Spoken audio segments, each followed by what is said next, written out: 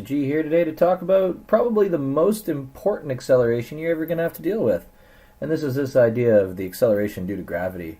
It's the reason you're sitting in your chairs, it's the reason you get to sleep at night without floating away. The acceleration due to gravity, it's a keeper. And in the absence of air friction, all objects fall at the same rate regardless of mass. I promise you, whether it's my class or somebody else's class, you're going to do a lab where you're going to test how mass is affected by the acceleration due to gravity. And the answer is, it's independent. There is no relationship. All massive objects travel at the same acceleration of negative 9.8 meters per second squared. Why the negative? Because it's pointing down. The acceleration due to gravity always points towards the center of our planet, and in general, the gravity caused by a massive object always points towards its center of mass. In our case, because we're a sphere, you know where it points. So, near the Earth's surface, the acceleration is this. When you start leaving the Earth's surface, i.e. getting out of our atmosphere into outer space, the gravity will drop down. And as you'll find out in our next units, we'll talk about this idea of the force of gravity caused by Newton's universal law of gravitation, where you're going to find out the distance from the center of mass is a big deal. So let's take a look at one of the questions here. A student drops their homework down a wishing well. You all wish this homework could go away, yet it won't. After 2.4 seconds, it hits the water at the bottom. How deep is the well? Now, the first thing I've implored you to do is always write out what you know. So we know that our initial velocity is 0. How do you know? Because it was dropped. It wasn't thrown at a velocity, it was dropped. As soon as you let go, that's when its velocity begins. So, our final velocity is we don't know. But do we know the acceleration? You bet we do. Negative 9.8 meters per second squared. I can't tell you how important that negative sign is right there, so make sure you include that. Do we know the distance? No, we don't. But do we know the time? You bet we do. 2.4 seconds. So, we have a VI, we have acceleration, we don't have distance, we don't have time, and we don't have the final velocity. What are we going to use? One of the kinematics big three in this case. Distance equals VIT plus 1/2 AT squared. And in this case, initial velocity is 0, so guess what? That whole quantity equals 0 to give us distance is equal to 1/2 AT squared. Our equation is solved for what we need.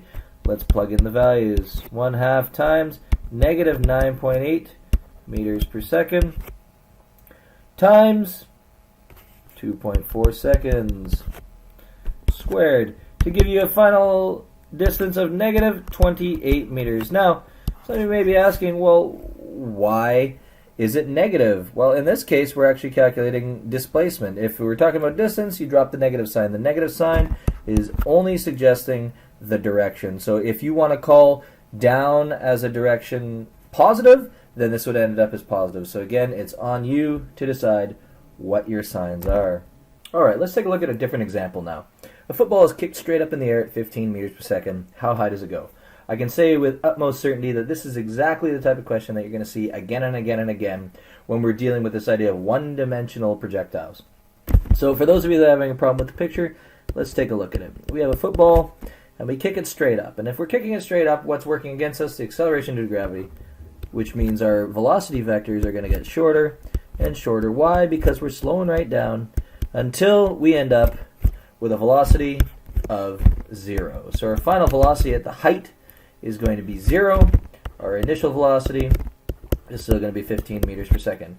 Besides that, we're not told anything else. Well, we're asked, how far is this distance? Well, if we list it out with our table, V initial equals 15 meters per second, V final equals 0. Our distance equals we don't know. Our acceleration, do we know our acceleration? Absolutely, it's gravity, negative 9.8 meters per second squared. Remember, the negative means that we are making down be negative and up be positive. And our time is we don't know. Now, we're just looking for distance. We have VF, we have VI, we have A, we need D. Let's go ahead and use VF squared equals VI squared plus 2AD. We have to solve for D. So D is equal to VF squared minus VI squared over 2A. Plugging in our values, VF is 0, subtract 15 squared divided by 2 times negative 9.8. Now, When we crank this out, we're going to get an answer of 11 meters. Now notice how the distance is positive, whereas the last question it was negative. That's because, again, we considered down negative and our displacement was negative. But in this case, because we're moving up and we've called it positive, our negative for acceleration, meaning that it was pointed down the whole time, it all makes sense. This positive in front means we're good to go. So 11 meters is our solution. Let's take a look at part B now. What is its total hang time? Well, hang time is the total amount of time that the ball is in the air. So really there's two situations. And our first situation is going up. So when we're going up, we know that our initial velocity is 15. We know our final velocity is 0. Remember, we're at the very top. Our acceleration is negative 9.8 meters per second squared. We know that our distance is equal to 11 meters. In this case, I'm going to actually take it to the 2 decimal places that I eliminated before and call it 11.48 meters. Remember, I was in the case of 11, I was going to significant figures. So what we need is the time. Well, we have VF, we have VI, we have A, we don't have T. What are we going to do? Well, VF equals VI plus AT sounds good to me. So time is equal to VF minus VI over A. Plugging in our values, 0 minus 15 divided by negative 9.8 gives us a value of 1.53 seconds. So again, notice that we had a negative sign here and there. 0 minus 15 is going to be negative 15. They're going to cancel out, and you're going to get the scalar quantity, which has no sign because, you know what, there's no such thing as negative time. Well, that's cool. So going up is part of it, but there's also the second idea, which is going down. Now what happens when we're going down? Well, we know our V initial is equal to 0. We don't know what our V final is going to be. We do know our acceleration is negative 9.8 meters per second squared, and we know our distance now. If we're going down, if it took 11.48 meters up, it was negative 11.48 meters down. So in this case now we have VI, we have A, we have a distance. We don't know what time is equal to. So what are we going to use? Well, we're going to use D equals VIT plus 1/2 AT squared. And in this case, like always, VI is 0, so that is going to cancel out because it equals 0. And now we are going to solve for T.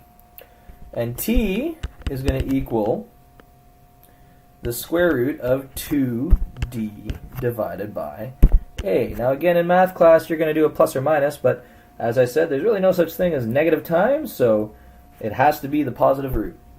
And now we're going to put in our values. 2 times 11.48 divided by 9.8. Those both have negatives on them, but those negatives are going to cancel out. And we're going to end up with a value of 1.53 seconds, giving us a total hang time of 1.53 plus 1.53, which ends up being 3.06, or we'll just call it 3.1 seconds. So there's something I want to point out in this because it's really going to help in the long run.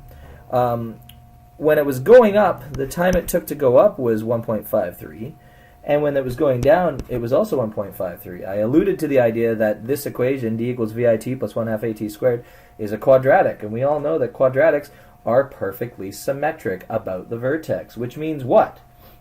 Which means that, and I'm going to put a little thought bubble up top here, on level ground,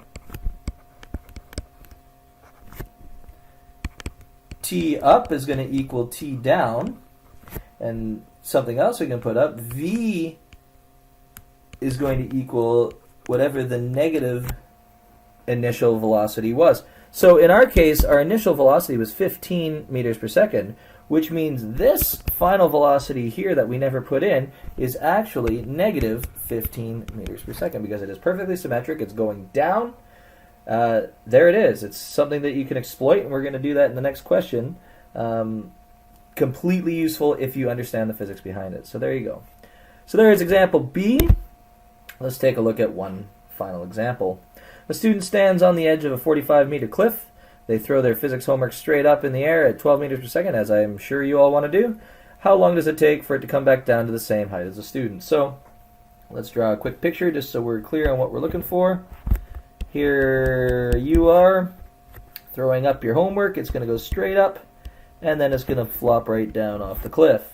Now, despite the fact I've shown it to be a little bit horizontal, we're talking about the idea straight up.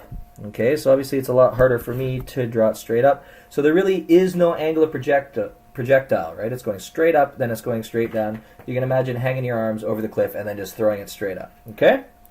And so we're looking for the time it takes to come back down the same height as the student. So from here to here. So just that little itty bitty part there.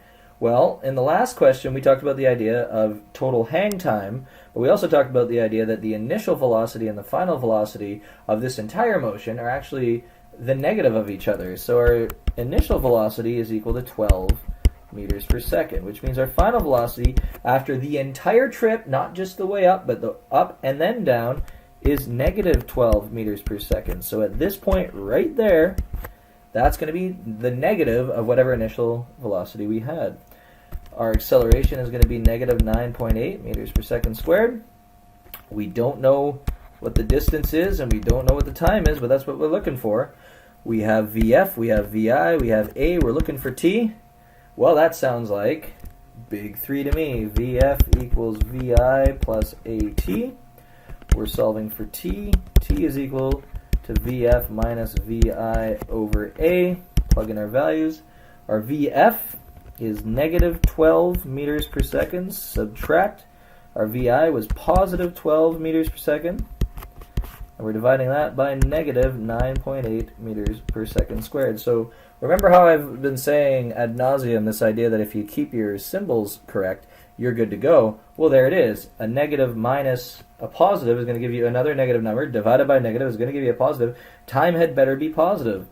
And if you crank this out right on your calculator, you should end up with 2.45 seconds. So it takes a total of 2.45 seconds to do this entire trip to the height of the student again. So if I were to ask you how much time did it take to get from the toss to the max height, well, it'd just be half of this, right? Because the vertex is exactly halfway, so divide by 2. So there you go. That is a much easier way of doing it instead of breaking it down into 2 parts. Example B asks us, if it falls all the way to the bottom of the cliff, how fast is it traveling when it hits the ground? Well, there's a really simple way to do this, and I'll start off again by drawing a picture. And there you are, throwing your homework again. We know this is 45 meters. We know that it travels something like this.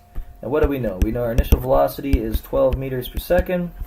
We know our acceleration is negative 9.8 meters per second squared. We know our distance that we need to travel. Well, this one's a bit trickier. Down is negative, so we're going down the cliff, which means it's negative 45 meters. When you're doing these questions in the future, if you get the wrong solution, chances are this is where you made the mistake, is a simple sign error. And the question we're looking for is, what is the final velocity? And we don't know what the time is. But do we really need the time? No.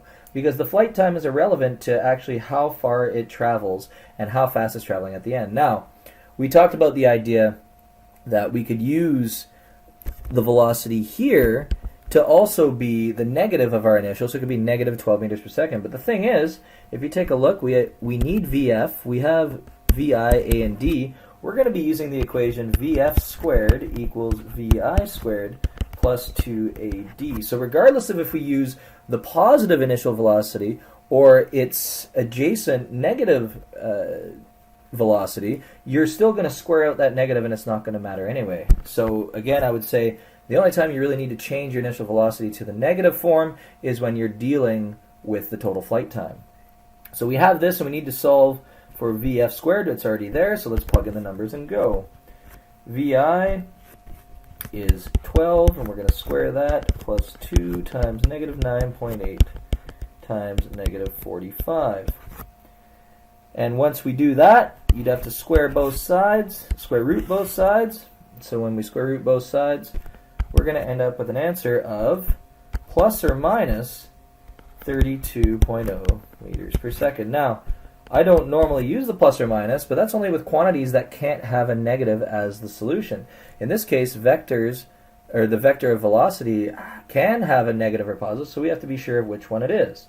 Well, in this case, we're talking about an object moving downwards, and when we're moving down, that means we have to use the negative sign, so the positive solution doesn't matter, and our final solution is negative 32 meters per second. So you'll notice the actual arithmetic behind this isn't too bad. It's all the setup of the question. And if you start trying to cheat now and just trying to memorize something, it's going to hurt you down the road when we get into more complex type problems where all of this setup is going to matter greatly. So there you have it, my friends. We have all the different ways of solving these solutions.